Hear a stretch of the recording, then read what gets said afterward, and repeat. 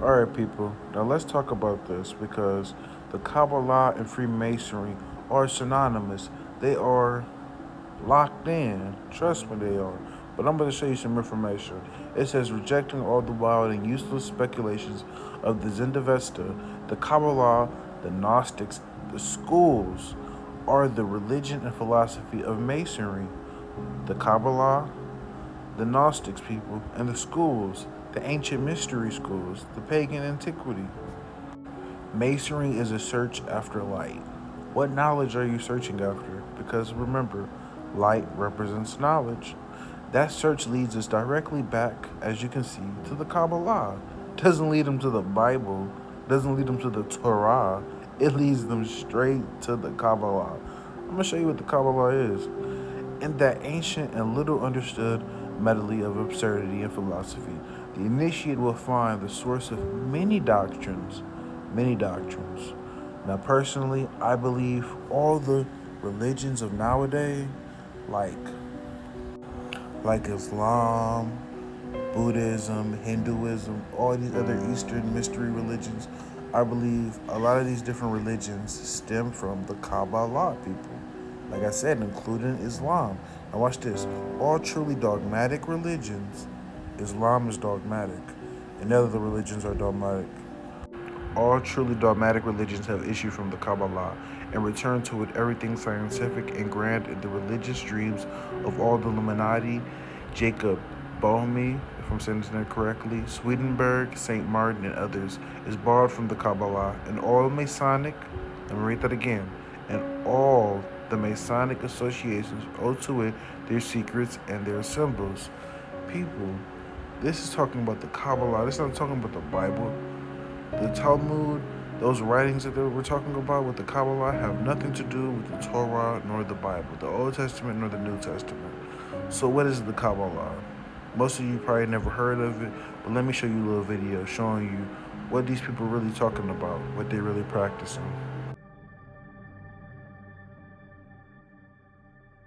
While other cultures were practicing pantheism, the monotheism of the Israelites kept them unique. When the Israelites were true to their faith, they prospered. When they began to absorb the teachings and practices of the surrounding cultures, the Israelites became oppressed by the civilizations they had previously resisted.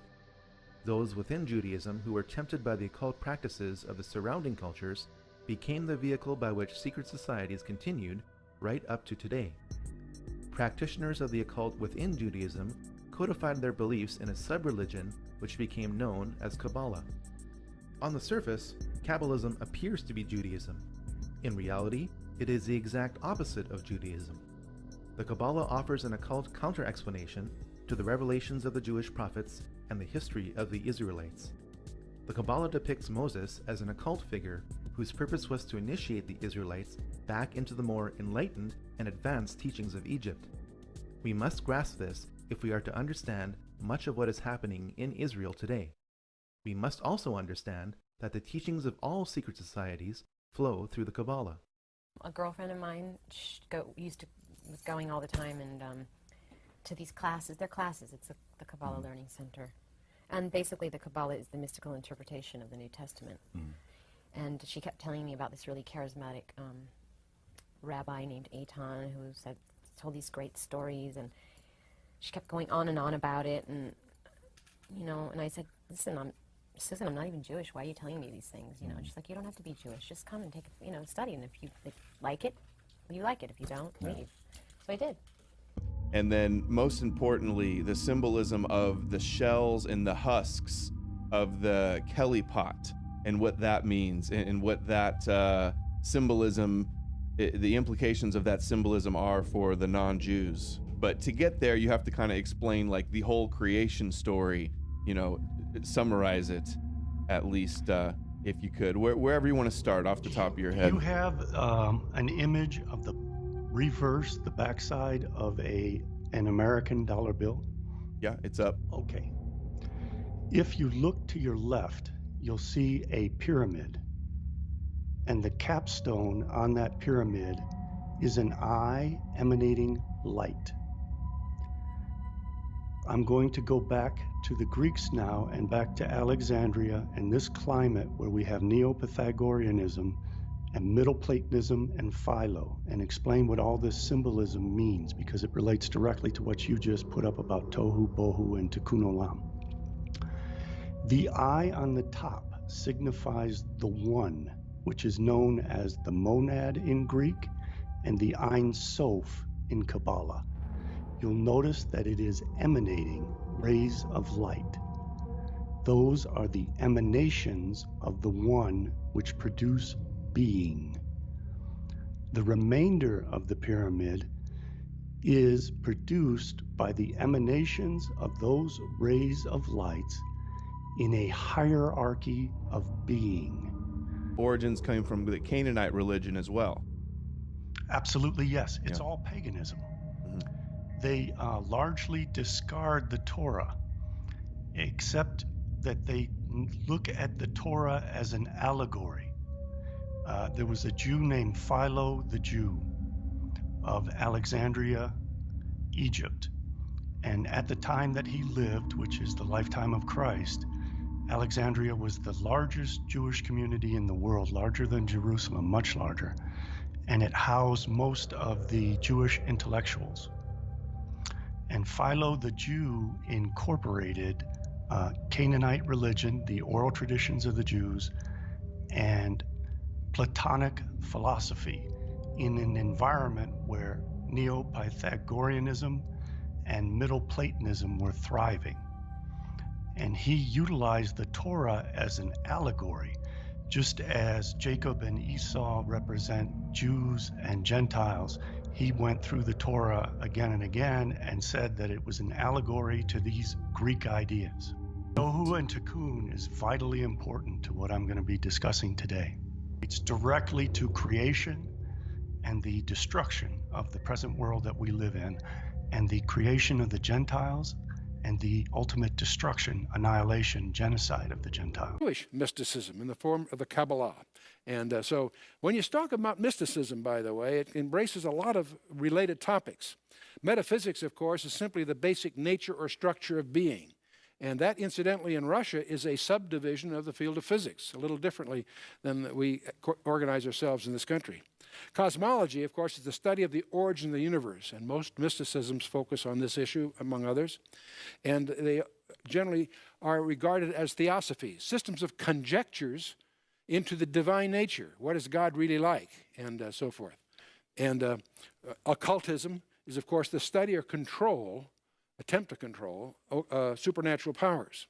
And theurgy is a very similar term, compelling or persuading supernatural powers. Many people's approach to prayer is really theurgy. And of course, all of this is also embraces magic, both black as well as so-called white magic and so on. But mysticism is simply the attempt to try to establish direct contact to the divine. And it embraces all of these things in various ways.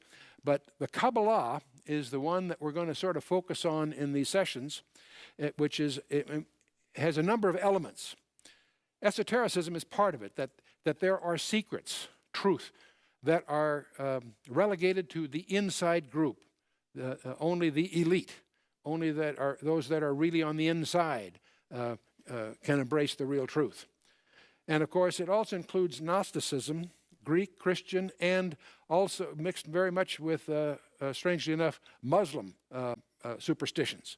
And it obviously is primarily focused on theosophy, the nature of the divine nature. And what's strange about the Kabbalah is that there's this paradoxical convergence between intuition or conjectures on the one hand and tradition on the other. It's a strange mix of both. And so the earliest forms of this, of course, in the first centuries AD, were a variant on Hellenistic beliefs from Pythagoras and others. And the medieval Spanish Kabbalah, which is where it really flowered, was based on Neoplatonism and Gnosticism, and what a great preoccupation with language. Symbolic language in the sense of the alphabet, the Hebrew alphabet obviously specifically, and numbers. And the whole idea that the creation itself was a result of language, thoughts expressed that became the creation. So they really regard a very, very special relationship between reality and the way it's expressed in both letters and numbers. And so one of the things that's going on, and one reason we're pursuing some understanding of this area, is because of its strange popularity among celebrities. There are many articles being written about Madonna, Demi Moore, and many others here listed that have publicly identified themselves with a form of Kabbalah that is popular in Hollywood. And it's very strange that people with resources, people that have the opportunity to really find out the truth, are flocking to these forms of expression. And so our agenda in these two sessions will be to take a quick snapshot of the history of Judaism. We use that term